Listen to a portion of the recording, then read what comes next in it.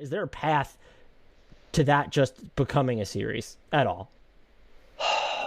I think a lot will depend on, like, if you had to narrow it down to one stat, I would almost want it to be how many threes per game is Jaren Jackson Jr. going to make? And if you told me it was like 4.5, then I think maybe the Grizzlies are interesting or sort of in business a little bit. I would love it if he could play center and just bring Gobert out of there, but that just hasn't proven to be a tenable strategy so far. So Valanciunas will play a lot, and Valanciunas just he's really good at what he does, but he does not give you any advantages against a team that has Rudy Gobert. So yeah, I don't see the path. I mean, especially if the Grizzlies have a shooting game like they had at the end of the regular season against the Warriors, where Morant is getting completely left alone, and his only avenue is to drive into the middle, which is where Rudy Gobert is going to be. And I just don't know where. I don't know how the Grizzlies score. I love the Grizzlies' potential to defend the Jazz pretty well. I love all their wing defenders. I think they have size.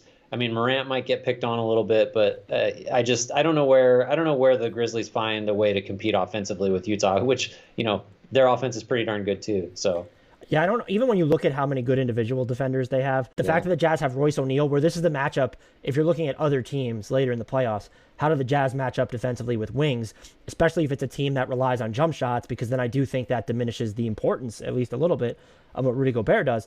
But your, let's say, most dangerous offensive player is either Morant or maybe Dylan Brooks, or it's Jonas Valanciunas. Three players that Utah is built perfectly to defend between Royce O'Neal and Rudy Gobert. Even, look, Kyle Anderson's been great this year. You have Joe Ingles for him. It's like just not a huge deal. Also, the Grizzlies, they're 19th in frequency of the attempts that come at the rim.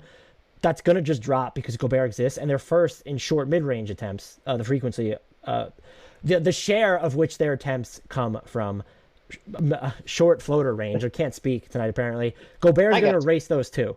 Like, that's a huge issue. And the fact that they don't shoot enough threes or make enough of them, maybe the volume gets up. But like in the win over the Spurs, Jaren Jackson Jr., 2 of 4 from 3 is great. 2 makes and 4 attempts just isn't going to cut it for Memphis offensively against the Jazz. And so if it is Jazz Grizzlies, I want to go on the record as saying that would be the other series in the first round I'd predict as a sweep. Yeah, I would agree. I would agree with that.